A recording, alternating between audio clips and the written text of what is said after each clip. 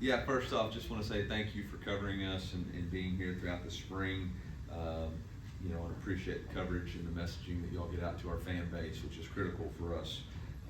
Obviously, just to hit, straightforward, we have had a few portal entries, and I anticipate we'll have a few more. I don't anticipate it'll be more than 8, but you never know. It's just part of what college football is right now. And so I think we were one over scholarship-wise. I think we were in 86. Potentially would have been 86 with all the freshmen coming in. So after one, then we will be looking to replace portal for portal entry, just so everybody can be up to date on that. And once we have those finalized, we'll let you know. I think portal opens April 15th. I'm not quite sure. I think it's tax day. Is tax day and portal day the same day? Probably so. Okay.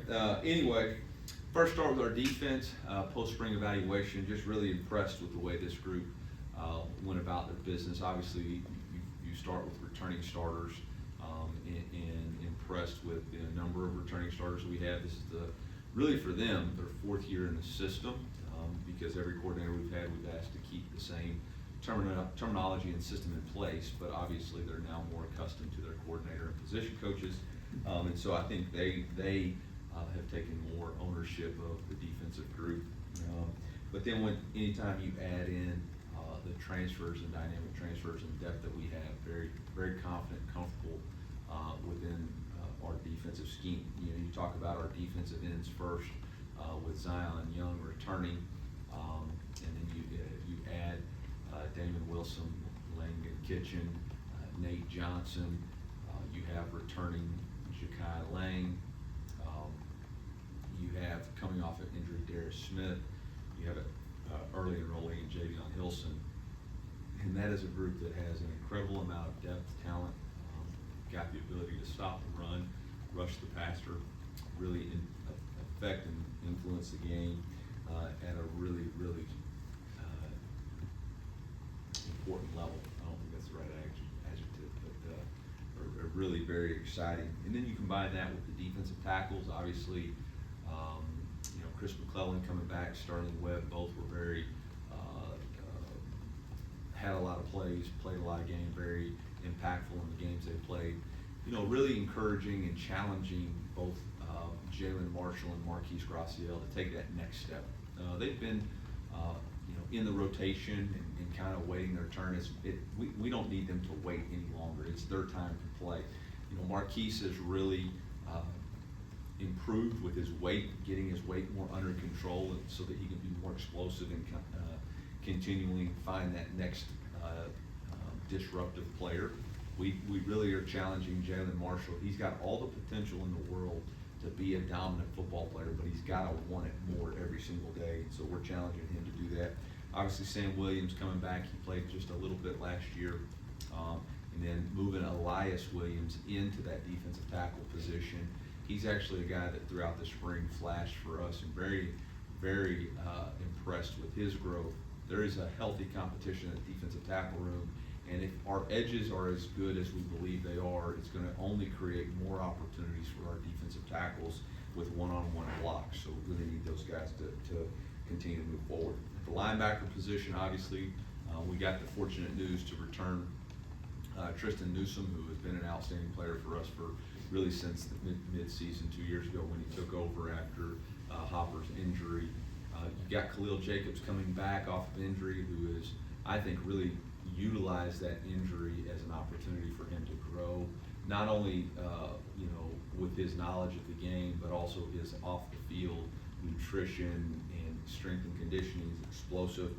He's a guy that's really impacted this football team from a leadership standpoint. Really proud of him.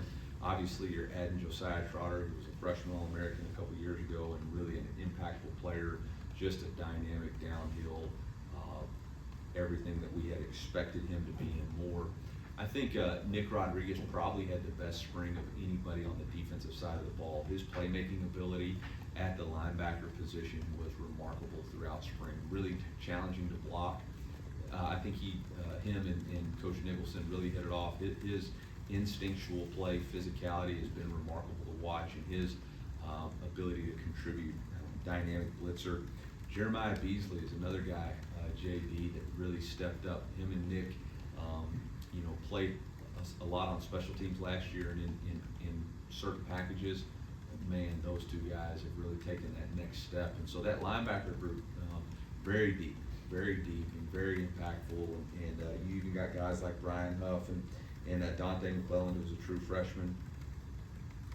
I look for that room to be as deep and as impactful as the edge position. Safety position, a lot of great competition. Marvin Burks was limited throughout the spring just because of a shoulder injury, but still got a bunch of reps. Obviously, the premium for us on letting these guys, those three positions, try to be interchangeable, find the best combination. And Jalen Catalon, we are really glad we got him. Just a guy that's an instinctual player, violent player. Man, he could have ball across the middle. I would hate to be a wide receiver with him around, because he did an excellent job. You can tell his veteran presence and understanding of the game by not taking some shots on our defenseless players. But man, he is going to be a very impactful player. Obviously, Dalen Carnell continues to be I thought he had his best spring since he was here. His sense of urgency, his command of the defense, his competitive spirit, his wanting to be a leader on that side of the ball, I think really impacted him. And then you look at newcomer Greco. I thought Trajan had an outstanding spring, probably led the team in takeaways in the spring if I had to recount it. And then you've got the Santana banner. You got Mose Phillips, who came in. You got Jackson Hancock. You got Flagg. All those guys found ways to impact the defense. And then at the corner position, Drake Norwood was beat up a lot during spring, which was a positive for everybody else, because that allowed Stephen Hall, Toriano Pride, Nick DeLoach, Cam Keys, Mark Manfred, are true freshmen, to get in there and really get going at that position. So very excited about those guys. And like I said, I thought consistently the defense was ahead of the offense. I anticipated that would be the case because of the quarterback battle and the lack of continuity with so many guys on the offensive side of the ball getting reps. But man, that side of the ball was really good for us this spring, and very excited about what they can continue to do. The challenge for them is to not get complacent, not to compare themselves to our offense, but to compare themselves to what the best version of them can be. And I've challenged our defensive staff to really push these guys every single opportunity that they have during the month of April. June will be a really impactful month for us too as we enter OTAs. On the offensive side of the ball, I told every quarterback that we would not name a starting quarterback coming out of spring. I didn't feel like it was fair to those guys to put that pressure on them, especially with Matt and Bo being new. But I also knew that the spring would be important to tell us where the competition was by the end of spring and who had kind of emerged as the leaders of that competition. I was very impressed with Matt Zollers. There was a time at the first of his injuries where we didn't think he would be released for spring practice, but he did an excellent job.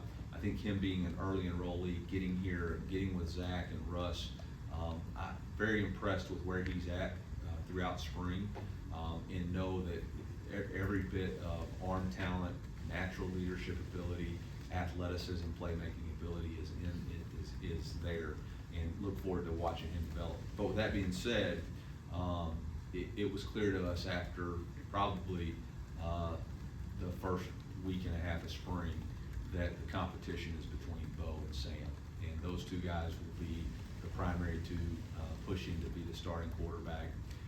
Sam obviously is back from his Tommy John surgery, and I thought he took advantage of his rehab reps in the bowl practice and really continued that throughout spring. I thought he managed the offense well, led really well, made good decisions, solid decisions, obviously bounced back from his, when he would make a mistake, didn't let it carry over. And I thought he took the competition with Bo really well. Bo was every bit what we expected. And in fact, I think he was a better passer than we had anticipated. I remember practice number 3, He went out there and lit the defense up in Skelly in a team period, and I think he had 4 touchdowns on that day. He was named Offensive Player of the Day. In the very next practice, Sam came back and battled back and was named Offensive Player of the Day, and I think he had 3 touchdowns. And so it was awesome to watch the back and forth from those guys. I knew Bo would have a little bit of a, still learning the offense, but was impressed with how much he's already understanding it and knew it and grabbed a hold of it. Excellent leader, very dynamic with his feet, sound, solid decision maker, and so very excited about those 2 guys continuing to lead. And like I told them, from this point on, everything's judged. How they approach walkthroughs, how they approach the team in the team meetings, how they handle themselves in workouts. All of it is going to help determine who becomes the next starting quarterback. With that being said, Sam is still actively rehabbing his baseball. In fact, I think I know he threw a bullpen Saturday. He throws another one on Wednesday, and anticipate that he will be back to pitch this season sometime for Mizzou baseball, if that's in Coach Jackson's plans. So he is working to rehab back, and we're working with him and the baseball program and with his doctor's orders to get him back up to speed. And I've been very impressed with the way he's handled himself doing both. On the wide receivers, man, Kevin Coleman's everything we want him to be as a slot, dynamic player, really tough covering man-to-man. Really felt like he had a good spring getting to know those quarterbacks. Been impressed with our freshman, Donovan. I think really stood out in a positive way. Big time catch radius. I know y'all saw the one-handed catch on Twitter, but that wasn't new to anybody. That was pretty much every practice. He was making wild plays, and so he will push Marquise and Josh and James Madison, Perez to be a force on the outside. Obviously, you can't just play with one wide receiver. Is this yours? Toriano's one. Sorry. Tight end, Brett recovering from shoulder surgery, so he was able to do all the non-contact, but wasn't able to have contact this spring. Jordan Harris, Vince. Jude James was a guy who really came along. Look for Jude to be an important, impactful piece for us. I thought he did an excellent job embracing special teams, and was very impressed with his continued growth for us. The running back position, Jamal Roberts, Mr. Dependable. Ahmad Hardy comes along, teaches his teammates how to ride a horse and carry the outside zone. It's been impressive to watch him on Twitter riding horses as much as it's been impressive to watch him on film. He does an excellent job with both. Marquise Davis, excellent runner, a guy who is going to have an impact as a true freshman. Feel like he's going to be able to provide us with some added depth and explosiveness at the running back position. Offensive line is still a work in progress. Obviously, Connor Tollison's not back, so Dom Judice took a predominant amount of snaps at center until the last week when we had him and Tristan switch. Working primarily Javen Richardson and Johnny at left tackle, with Javen getting most of the reps at the 1. Keegan has solidified himself as the starting right tackle, and I would anticipate that how it would look in fall. But got to continue to work to get the best 5 out there. Logan Reichert missed most of spring because of that foot injury. He should be back next week, and so want to give him an opportunity to compete. He's got a lot of big time ability, and so we want to give him an opportunity to compete, potentially at the left tackle or right guard position. And so not finalized too many spots just yet at that position.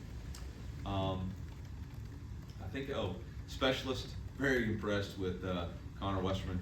I mean, he had an outstanding spring punting the football, and that's what SEC punters are supposed to look like from a hang time and distance and combination. And then Blake Craig, it was very consistent, somebody that we're continuing to work on consistency on a day-to-day basis, but pleased with where we're at with the specialist. Again, the challenge for us is we want to do something that's never been done before at the University of Missouri. And that's play for or win an SEC championship, participate in a playoff, and or be the first time in school history to have 3 10-win seasons in a row. And that's a challenge that's going to be hard, but we embrace it. and we embrace the chase and embrace the opportunity to do something that's never been done before, which goes along with doing core value number one, which is always compete to do it better than it's ever been done before. So that's the message to our team. Complacency will kill us. Being comfortable will kill us. So we are challenging ourselves as we're in this April speed power block with the athletic training and grow track with individual self-improvement through our player development program on Wednesdays, our leadership classes on Wednesdays, our fatherhood classes on Mondays, our walkthroughs on Fridays. All of this is an avenue for us to continue to improve, to do something that's never been done before. So with that, I'll open it up for questions. He's calling another time. You're not gonna, sounds like an emergency. Eli, I think you covered every player on the current roster. So when I ask you, Right. with the draft coming up, how big of a deal for your program and the ability to sell it would it be to have two kids go in the first round? Yeah, it's something we don't control. Obviously, I believe both of those guys have earned and deserve the opportunity to go in the first round. I believe those guys are impactful players and know that both of them are going to have a positive impact on whichever organization they have. But whether or not they go in the first round or get drafted, it's going to have a positive influence on our university, and our football team and our program. Just because you're talking about two great players from both of the two large metropolitan cities that represent the University of Missouri that when we took this job, we said, hey, we've got to get the best players from Kansas City and the best players from St. Louis, and I think that's those will be the first two players drafted from Kansas City and St. Louis in this year's draft, which means we got the best two players there. And so, I can't predict what people are going to say. I can't predict, what negative energy Todd McShay is going to say about our guys. So I'm not going to let that influence, the positive effect that they're going to have on our program moving forward. Eli, I'm curious, obviously Sam's been working behind Brady for so many years, but what kind of, kind of seeing him be more vocal in the spring camp, what kind of leadership qualities did you see from him in his growth, and also from Bo as well? Yeah, I think we talk about in the quarterback competition that when you say you're a quarterback, you're represented by the guy who's actually on the field, right? So if you're I play quarterback at the University of Missouri, well, they all view you through the lens of the quarterback that's on the field. And so your job, if you're not the starter, is to support the starter and give him your, positive energy, give him what he needs. If he gives you, hey, tell me what they do on third downs, or watch this look and tell me what they do in 2 minutes. I think Sam really embraced that. And you can either get disenfranchised and bitter, or you can embrace your role as a teammate. And I think Sam really did that for the last 2 years, even in his injury. We traveled Sam the last 6 weeks of the season just so he could continue to be around the team and know what it looks like to be on the road as a quarterback. And Sam's always been a guy that the guys get along with and been a great teammate. And now it's just his opportunity to compete for the job and adopt some of those things that Brady did really well from a leadership standpoint, but also just be him, be uniquely him. And he knows what that looks like. We're talking about a guy who led his team to the state championship in the state of Georgia and was on a team. When I went and watched him play his high school game, he was the best player on the field. And Travis was on the field too, but Sam Horn was the best player on the field. So he knows what it looks like and has that leadership and confidence. And I think he put that on display. And I think, he's a competitor, and he knows that Bo is here to be the starting quarterback too. And those two guys have had a really good competition in the right kind of way. And I told both of them, our team is going to either thrive because of this competition or to be divided because of this competition. And that's going to be reflective on how you two handle it. And I think both of them have done a really good job of cheering for each other, challenging each other, but also connecting with each other as teammates. And it's been fun to watch. Coach, you talked about Hardy, who's one of the top-rated running backs coming out of the portal. He's continued that here now in spring camp. What does that say about yours and Coach Luper's recruiting of running backs and development? Yeah, I think it really speaks more to Coach Luper and his ability to get the best out of the players that he has. This is really several years in a row, whether you're talking about Larry Roundtree or Tyler Beatty or Cody Schrader, or Nate Noel, and now Ahmad Hardy, or Jamal Roberts, or Marquise Davis for that matter, that those guys are going to get opportunities and they're going to impact the game, and they're going to get the football and they're going to run outside zone at elite level. And, you know, the cool thing about Ahmad was I was able to call Brian Vinson, who's a friend of mine who I've known for a while in this profession. We've actually clinicked and talked outside zone together several times. So I was able to call him and ask him about Ahmad and what his thoughts were. And I mean, I hope that people would speak as highly of me, you know, when they call about me to my assistant coaches. I mean, that guy couldn't say enough positive things about Ahmad as a teammate, as a player, as a young man, and was happy for his success. And so that really made us really excited to be able to add him. Coach, as you've said, positional versatility looms so large in the secondary, so Jalen has that, and then there's the experience, there's the leadership. So what have you seen in those departments from him so far? Well, I mean, I think the experience just shows, you know, playing safety and playing quarterback are very similar. That's why I think you see safeties be able to move over to play quarterback, or quarterbacks move over to play safety, because they understand route combinations. They understand, okay, if this is what's happening here, this is what I can anticipate coming on the backside. Man, he just knows that. He was able to bait our quarterbacks into a couple of bad looks. He was able to bait the offensive linemen into making calls on blitzes when he was just bluffing and not showing. He was able to blitz and not be seen and make TFLs in the backfield. So he's a guy that just has instincts and knowledge because of the amount of experience that he has playing the game. And from a leadership standpoint, you know, he's hungry to win. And obviously his experience last year at UNLV with Coach Odom and being able to get that program turned in the right direction was huge for him. But now he wants to go back into our league and do it at another level. And I think he's really enjoyed all the amenities that we have and the brotherhood that we have, and I think he's been able to add to it positively. Coach, you mentioned the portal vision a little bit there to start, but are there specific positions that you're viewing as spots you want to add when this window opens? No, not necessarily. I feel very strongly and content, maybe it's not the right word, but very confident in our football team right now.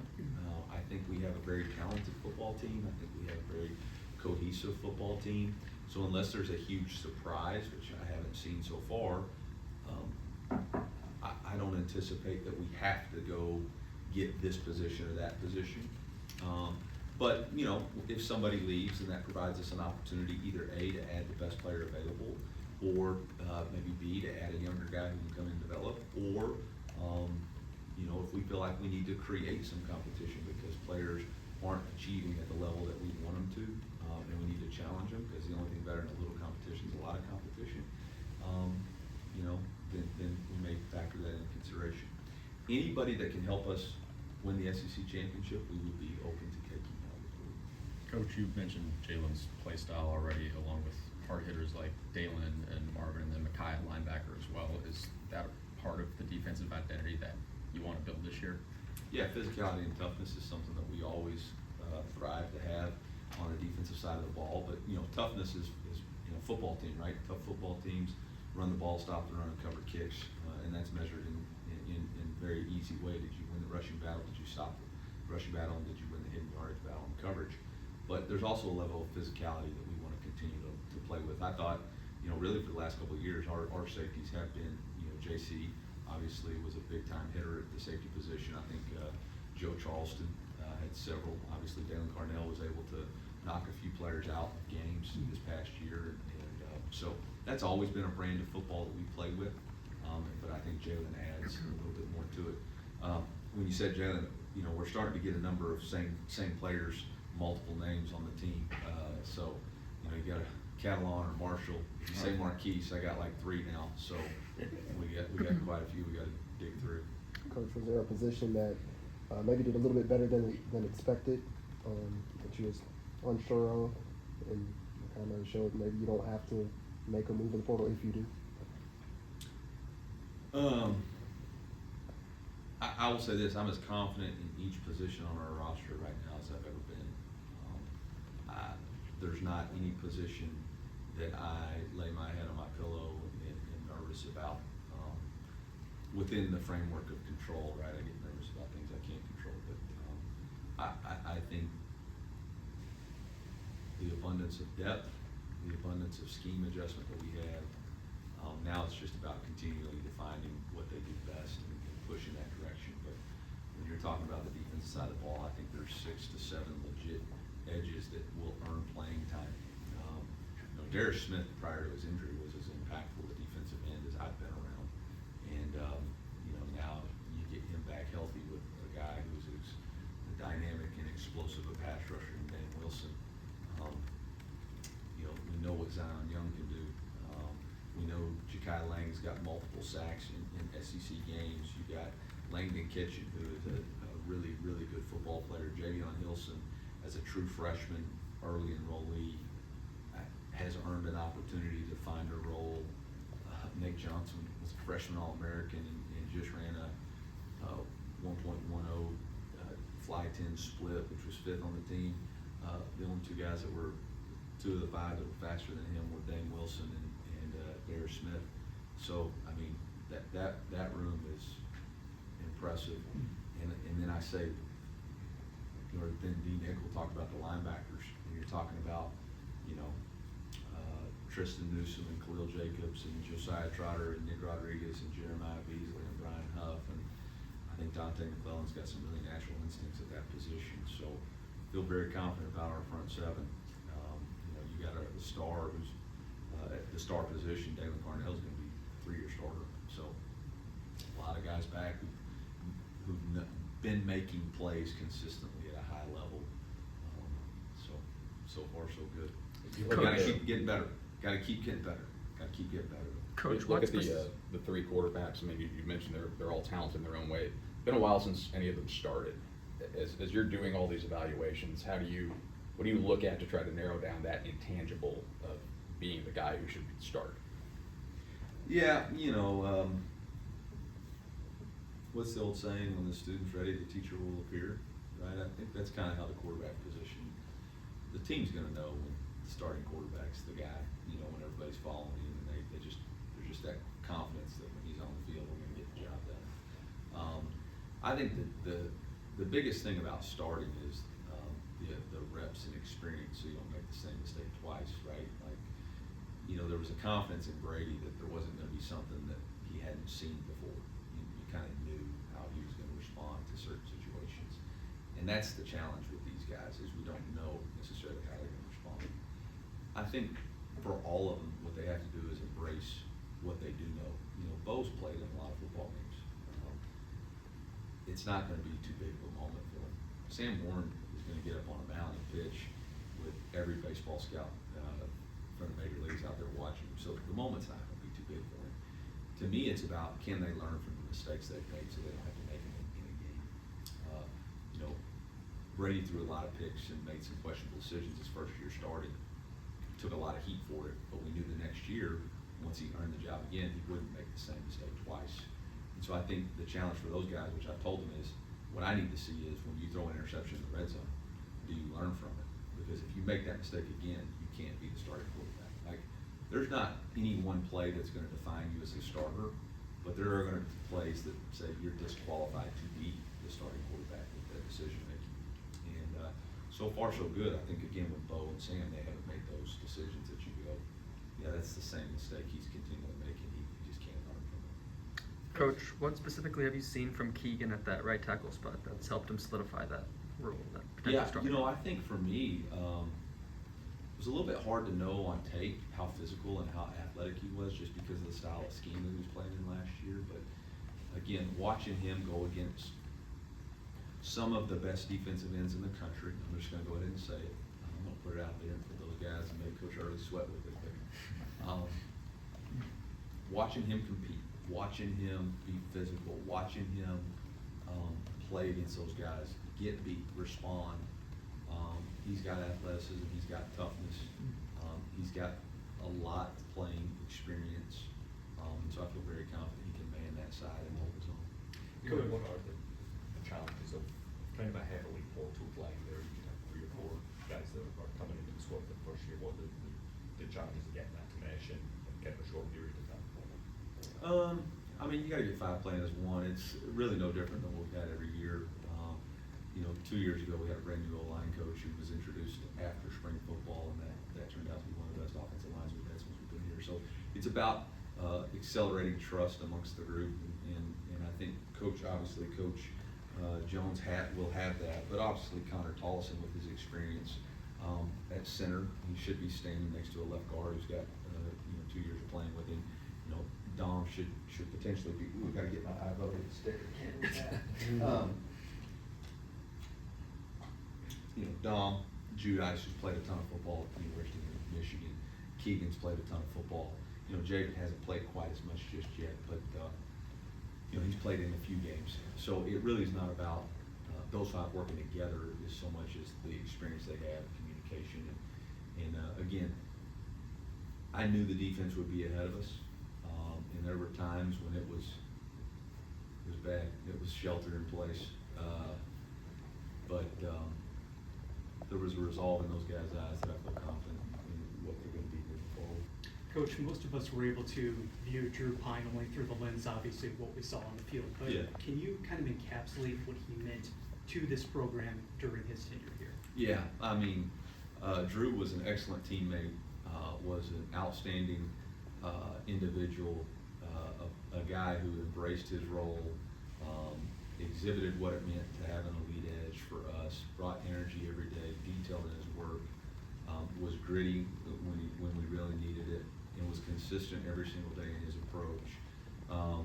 Like I told him when we talked about his situation, it's going to be hard to top. The last pass you threw was a touchdown to Theo Weiss to win the Oklahoma game, and it's not very many opportunities that you're going to have. That when he comes back here, he'll always remember being in that locker room, getting the game ball, and helping us beat Oklahoma. So wish him absolutely the best. It was his desire and dream to really want to play in a more meaningful role, and certainly that's understandable, and that's what the portal's all about, is giving these players freedom of opportunity to pursue what they want, and he did it the right way, and so I've had several calls about him, several schools reaching out to me, but was happy that he found Bowling Green, and that's the right fit for him. Eli, I think every year you've had this job, there's been some seismic change Yeah. in college sports. How much time have you spent having to, whatever happens this week, adjust, or are you at the point where, hey, tell me what we're doing and I'll figure out how to do it? Man, I've been in both of those, Gabe, to be honest. I think it's a great question. I spend a ton of time trying to figure out the new revenue share system and how are you going to divide the money and the cap, and what are we going to do for the NIL, and how do we get to 105, and then yesterday the judge says we may grandfather in roster limits. So I don't know what the crap's going on, and you waste a lot of mental energy, and I've heard a lot of players. We told all our guys in December, this is what we think the new framework's going to be, and now if they go back to grandfathering it in, it's just frustrating. Let the practitioners have a say in what we're doing instead of, I'm not going there anymore, but we'll adapt. We'll adapt to whatever they say. We'll find a way. We'll figure it out. We'll figure it out. But my hope is that we understand this is an unbelievable game. College athletics is a worthwhile fabric of the culture of the United States of America. Not just football, not just basketball, not just revenue-generating sports, but also the Olympic sports. They all matter. And we need to have some sort of governing structure that doesn't have a lawsuit every stinking day. I get it, but man, we can't have a lawsuit every single day that dramatically shifts the rules. So we have to have some sort of protection so that we can move forward with a great game. I mean, last night was phenomenal to watch. The Final Four was so awesome to watch. The entire tournament was enjoyable. College football is enjoyable. Watching, shout out to Shannon and our women's gymnastics team. Watching with my daughters on Sunday night our women's gymnastics team qualify for the Elite Eight and the National Championship in Fort Worth is phenomenal. Please, whoever's in charge, I don't know who's in charge, nobody knows who's in charge. Can we get some sort of structure in place that we don't have to have lawsuits every single day that changes how we operate, so that we can continue this awesome opportunity that we have for these students to have scholarships, to get an education, but also the joy that we can bring to the fan base and to the people of this country. Seen a few teams around the country turn to GMs? Yeah, to do GMs. this? Is that something you consider, or is that something No. you thought about going down? No, because I don't even know if we have a structure in place. I was waiting. Honestly, I haven't made any of those decisions yet. One, that would be a conversation Laird and I would have to have, because some places the GM's firing the head coach, so, you know, I don't necessarily know if I'm gonna, hire somebody that can fire me. That'd be dumb, right? But, again, this goes back to, I don't know what the rules are. I don't know. You know, if that's the structure that we go down because of the new settlement that's in place, then, yeah, awesome. I think that's something that would make a lot of sense. If there was a partner that needed to partner with me and handle a little bit more of the business structure side of it, great. But until I really know what that looks like, I think there's not, I think there's a rush to, to do that. I'm not gonna get into it, but not yet. Things you, That'll you- conclude us today, guys, sorry. One more, go ahead.